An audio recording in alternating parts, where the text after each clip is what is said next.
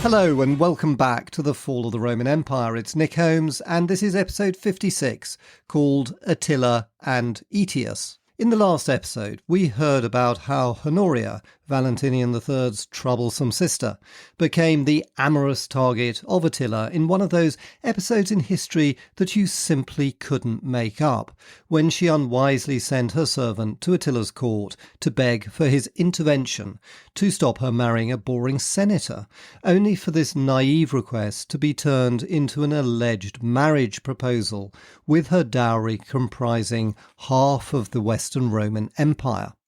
The poor Emperor Valentinian was scared witless. But what was Attila really up to? Did he suddenly see an opportunity in the West because of Honoria's indiscretion? I don't think so. The real reason his gaze turned west was because he found the Eastern Romans were no pushover. They were not the golden goose that they have often been portrayed as. Although in 447 Attila defeated them twice at the battles of the Utus River and the Chersonesus, he suffered heavy casualties, and the walls of Constantinople were simply too strong for him. In 450, the Eastern Emperor Theodosius II died and was replaced by Marcian. At long last, the Eastern Romans were rid of the crippling incompetence of the Theodosian dynasty. Marcian was a soldier appointed by the army, which was not afraid of Attila, and he immediately refused to pay the annual tribute to the Huns. The really striking point in all of this is that Attila chose not to fight Marcian. He let Constantinople get away with not paying the tribute. The Eastern Romans had effectively won. In March 451, a large Hunnic army began to move from the Hungarian plains west towards the Rhine, not east towards Constantinople. I don't think Attila ever seriously believed Honoria would either marry him or that Valentinian would give him half of the Western Empire. But, nevertheless, he spotted an opportunity in the West. This is hardly surprising when you consider what a mess the Western Empire was in. The Western Roman army was feeble compared with the one in the East. Valentinian was just another weak emperor, typical of the Theodosian dynasty. And anyway, more than half of the West had been overrun by the Germans. And I think it was this last point which attracted him, because by attacking the West, he was really taking on the Germans as much as the Romans. Now, most of his army was German, so it was quite logical to want to bring under his control those Germans who had so far escaped Hunnic domination, i.e. those that had fled the Huns. He also saw an opportunity to sow discord in the West between the different factions and tribes. First, the Franks had divided loyalties, as mentioned in the last episode, between the two sons of a recently dead Frankish king, who had no love for each other, with one joining Aetius and the other Attila. Indeed, one historian thinks that Attila's gaze had been drawn west by this Frankish dispute, and Attila's wish to secure domination over them. But I think it was more than the Franks he had in mind, for he sent delegations to the Visigoths and the Vandals, proposing alliances against the Romans. And to really sow the seeds of discord, he also offered the Romans an alliance against the Visigoths. The one mistake Attila made was to underestimate Aetius. As mentioned in the last episode, Aetius was fully alert to the threat Attila posed, and had been busy securing alliances with as many of the barbarians in Gaul as he could. He secured agreements with those Franks who'd already sided with him, the Alans and the Burgundians, but the sticking point was with the most powerful group in the whole of Gaul, who refused to join him. These were the Visigoths, led by Theodoric. Aetius even persuaded Valentinian to write to Theodoric, begging him to join the Romans in resisting the Huns. For the first time, the Roman emperor didn't refer to the Visigoths as vassals or foederati, but as equals. "Bravest of nations," wrote the emperor, "we are well advised to unite against this universal despot who wishes to enslave the whole earth." But even that wasn't sufficient. The Visigoths still regarded the Romans as their enemies, and without the Visigoths, Aetius knew that his Gallic coalition wasn't strong enough to resist Attila. He simply had to secure the alliance of the Goths, and the story goes it was a prominent Roman senator called Aetius who did just that by meeting Theodoric and persuading him it was in all of their best interests to fight Attila.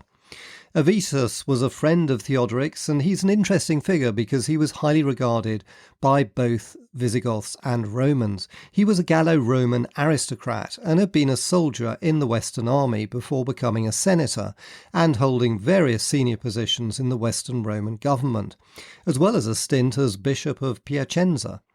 Ultimately, he would even be made emperor in 455 for 1 year, so we will hear more about him.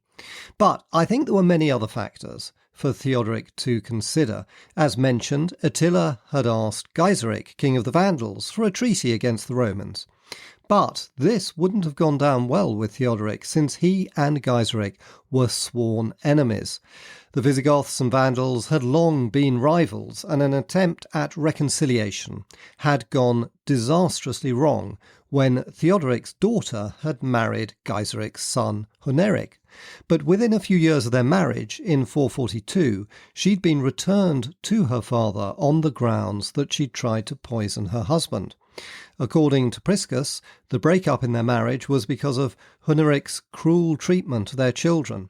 In punishment, her ears had been clipped and her nose slit, and Theodoric's once beautiful daughter was left disfigured. She was never seen in public again. Ever since then, Theodoric had sworn to take his revenge on the Vandals. Another reason was that Attila's army included a huge force of Goths, or Ostrogoths as historians call them, to distinguish them from Theodoric's so-called Visigoths in the west. And Theodoric must have been nervous that, by allying with Attila, he would become just another Gothic vassal of the great Hun. But as Theodoric pondered what to do, the Huns were on the move. In early 451, they crossed the Rhine. The first major city to fall was Metz, 90 miles west of the Rhine. It was completely destroyed, apart from a chapel dedicated to Stephen, the first Christian martyr. A legend quickly developed that God had saved the chapel but punished the rest of the population since they were sinners. This is typical of our few surviving sources on Attila's march into Gaul, which are nearly all stories of Christian miracles, making it almost impossible to know what really happened. For example, Paris, or Lutetia as the Romans called it, was reputedly saved by a young peasant girl, Genovesa, who took a vow of chastity and led the city in what has been described by one historian as a prayer marathon. She subsequently became the city's patron saint, Geneviève of Paris, and the modern-day Pantheon in the city, a huge neoclassical edifice, was originally built in the 18th century and dedicated to her before being converted in the French Revolution to a secular monument. A tradition quickly sprang up which dominates the surviving historical sources that Attila was the scourge of God, bringing punishment for the sins of the Gallo-Romans. The phrase was coined at the Gallic town of Troy in a story that its bishop went out to meet Attila and asked him who he was, whereupon the Hun replied, "I am the scourge of God." The humble bishop told Attila to take his life, but to spare those of his congregation. According to the legend, this act of self-sacrifice prompted a miracle, and, quote, The Huns were blinded by heaven, and they passed straight through in one gate and out by another, neither seeing nor harming anyone." End quote.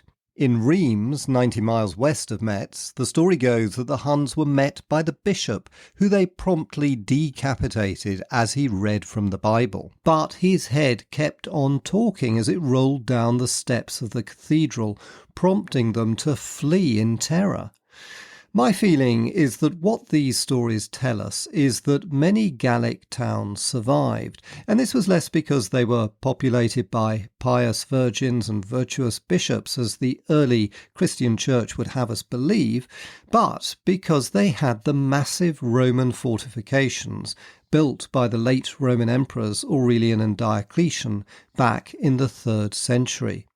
Some of these are still visible today. For example, the Gallic town of Sens, which beat Attila off, still has some of its enormous Roman walls visible in the modern French city. Nevertheless, some places like Metz and Reims were sacked, and as news of this spread south to the Visigoths, their king, Theodoric, reconsidered his position. He was aware that in the spring of 451, Aetius had crossed the Alps with a small Roman army from Italy and headed north to meet up with those Germans who'd sided with him, including the Burgundians, some Franks, the Alans, and some of the rebellious Bagaudae. He also gathered what Roman troops in Gaul were left not manning the walls of the towns. As Theodoric considered the situation, he no doubt realised that Aetius didn't stand a chance of defeating Attila alone. He must have wondered whether he really wanted a Hunnic victory. Would having the Huns as his neighbours be preferable to the Romans? The 6th century Gothic historian Jordanes has left us with a vivid description of his change of heart. "Romans," so Theodoric spoke to the Roman envoys, "you have attained your desire. You have made Attila our foe also. We will pursue him wherever he summons us. And though he's puffed up by his victories over many races, yet the Goths know how to fight this haughty foe." The nobles shouted assent to the reply, and the multitude gladly followed. All were fierce for battle, and longed to meet the Huns, their foe. And so a countless host was led forth by Theodoric, king of the Visigoths. At a stroke, the war had changed. Suddenly, Aetius's hope for a grand coalition had been achieved. In the late spring, the Roman roads from Aquitaine were choked with thousands of Visigothic warriors as they marched north to join Aetius. Meanwhile, Attila continued his path into the heart of Gaul. By early June 451, he'd reached the large Gallo-Roman city of Orleans, or Civitas Aurelianorum, meaning in Latin the city of the Emperor Aurelian, who'd refounded it in the late 3rd century and endowed it with huge fortifications. Indeed, Orleans was one of the best examples of the late Roman fortification network in Gaul. It was also still prosperous, benefiting from its central position in Gaul as a trading hub.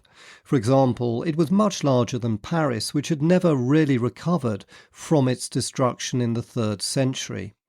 This made it a magnet for Attila in the hope that it would provide the plunder to keep his heterogeneous army happy. In addition, Attila had been contacted by a group of Alans close to Orleans, led by Sangibanus, who seems to have promised to join his army and help to take the city. The Alans were normally Roman allies, but the proximity of Attila's army and the lack of any meaningful Roman opposition presumably made them decide to join him rather than fight him. The events at Orleans turned out to be a turning point in Attila's campaign. And we have two very different versions of what happened. One is left to us by Gregory of Tours, a Gallo-Roman chronicler and bishop of Tours, who lived 100 years later but has left us with an essential historical source called the History of the Franks. This is focused on the development of the Frankish nation, most of which took place some decades after Attila's Gallic campaign, but it does also contain a vivid description of the Huns' assault on the city.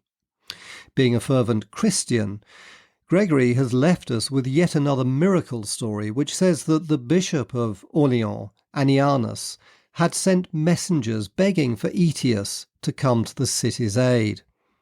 Nothing happened, and the Huns battered the city's gates. Annianus called on his congregation to pray fervently for God to save them. "If you pray with conviction, God comes with speed," he exhorted the citizens. Annianus was sure that his prayers would ultimately be answered. He sent his priests up to the ramparts to look for signs of Aetius's army. But at first, nothing was visible. As the Huns' battering rams splintered the city gates and the heathen barbarians poured into the city, he sent his followers up to the ramparts from the cathedral for a last time. Suddenly they saw a vast cloud of dust on the horizon. It was Aetius's army. Annianus, who was made a saint for his piety, proclaimed, "It is the help of the Lord." Seeing the approaching Romans, the Huns took fright and fled from the city. While this is another magnificent story from the early Christian church, the other and far more likely account is left to us by our trusted Gothic chronicler Jordanes. His version is that Aetius and Theodoric reached Orleans before Attila, whereupon they built an extensive network of ditches and earthworks to protect the city. Because of this, Sangibanus, the Alan leader, switched sides and joined Aetius, who was also joined by a contingent of Franks from the north and Burgundians from the west. Aetius's grand coalition had finally come together in the nick of time to save Orleans. Jordanes says that it was the Visigoths who troubled Attila the most. Quote, "Attila, king of the Huns, was taken aback by this event and lost confidence in his own troops so that he feared to begin the conflict." End quote. Although some historians have criticised Jordanes for being too pro-Gothic, this makes absolute sense to me. Theodoric's Visigoths were the most powerful German entity in the West, and fighting them was something that anyone would have been cautious about. Attila's careful diplomacy before his invasion, trying to get the Visigoths and Romans to fight each other rather than him, had conspicuously failed. Now he was facing a formidable allied force. His response was to retreat. Aetius's allied army pursued him. This has always surprised historians. Why did Attila give up so easily? But I think his strategy made perfect sense. Attila was smart. We should remember what Priscus said about him. He wasn't going to rush into battle. In particular, the last thing he wanted was a battle on ground where Aetius had the advantage. The Romans and Visigoths were dug in around Orleans, which itself had formidable walls. Instead, he wanted to find a large open area where his cavalry could be used to maximum effect. So the Huns and their German allies retreated about 80 miles east through the forest of Orleans until they reached the wide open plains called the Catalonian Plains, in what is now the modern Champagne region. Moving a large army this distance would have been problematic. To give his army time to regroup, Attila sent the Gepids, a German tribe, to hold the allied army up. They met Aetius's Frankish allies, and there was a skirmish which one source says left 15,000 dead, although this must be a gross exaggeration. But these delaying tactics gave time for the Hunnic army to stop and regroup. Aetius and Theodoric were a couple of days behind. On the 20th of June 451, both armies formed their battle lines and prepared for combat. It was to be the largest battle in Western Europe since the Emperor Julian defeated the Alemanni at the Battle of Strasbourg nearly a century before. Jordanes says that Attila's army comprised 500,000 men, but this is clearly a massive exaggeration. Most historians think there was somewhere between 20 to 40,000 on each side, so a battle involving between 40 to 80,000, still a very large number for that time. On Aetius' side was an army of Romans, Visigoths, Alans, Franks and Burgundians. On Attila's side was an army of Huns, Ostrogoths, Gepids, Franks and other German tribes. As Edward Gibbon said, all the nations from the Volga to the Atlantic took part. It was to be one of the most decisive battles in history.